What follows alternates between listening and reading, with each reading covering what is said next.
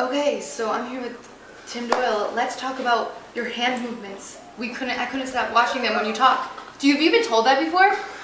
I was going to do the interview like you. It's distracting at times. Do you? On radio, no one sees it, but on TV, I'm a little more aware. But today, I felt the radio format, so the hands start coming out a little bit. Got it. So has anyone ever said anything to you? Yeah, I don't think they like it at all. So I'm really. So you have to work on it. Well, I try to keep it a little bit lower because normally, if you're on TV, there's usually a graphic or something. Right. But here, I would gotten a radio feeling near the hands. Plus, my mother's Italian, so the hands were all over the place. I got you. So let's talk. You talk sports out there. So you think that the Heat or the Spurs? Really like the Heat. LeBron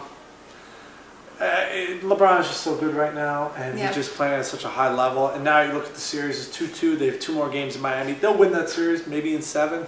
And I think it's just a bad matchup for the Spurs. Okay. And even though the Spurs have had a nice season, I just think they're old, and this is the Heat's time again. I gotcha. Also, playing off that, you think that it would be harder to be funny than, and you say you try to overcome that too in your field because you come from a similar background, but they don't think that you're like not legit, but that you know enough. Yeah, I thought that was an interesting thing Artie said about trying to be funny. And when you go into someone of your field, whether I don't care what field you're in, and you're with someone who's at the top of it, you always feel like you got to try to prove yourself, especially if you're an unknown. So when Artie's saying that he's trying to be funny, and he's a national name. Here's a guy who's made his name for years, and I think he's really funny. But for him to hear that he gets nervous, right?